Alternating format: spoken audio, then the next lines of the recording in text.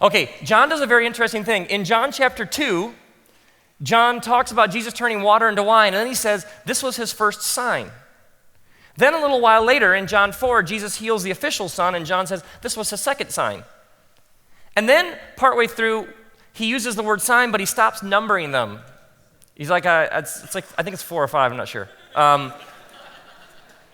If you actually count when Jesus does what John kind of categorizes as a sign, you end up with water into wine 1, official son 2, at the pool 3, the turning the bread 4, water 5, walking on water 5, heals a blind man 6, and then in John 11, he raises a man from the dead, which is the 7th sign.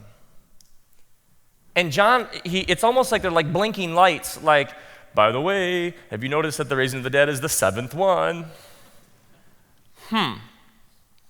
7 in Jewish consciousness is a number most closely associated with what?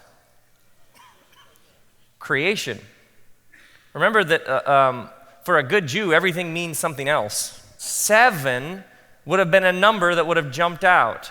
And the signs build. We start with wine, but by the 7th, man, we're raising a man something from the dead. And so when Jesus is resurrected, that would be the 8th sign.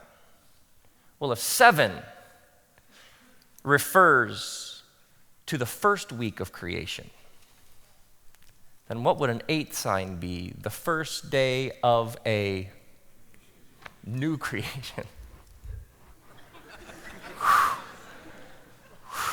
Wow. I actually, I talked about this somewhere else.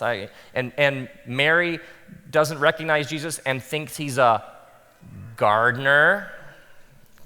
That, if they're ever, the actual Greek there is parentheses, wink, wink, nudge, nudge. There's a new creation. The old creation had a death problem. The new creation doesn't. The resurrection inaugurates a new creation. First 7 days are done. This is an 8th day. It's a Monday, but it's a different kind of Monday. Maybe you can say it this way. The story is about Jesus' resurrection beginning a new creation right here in the midst of this one.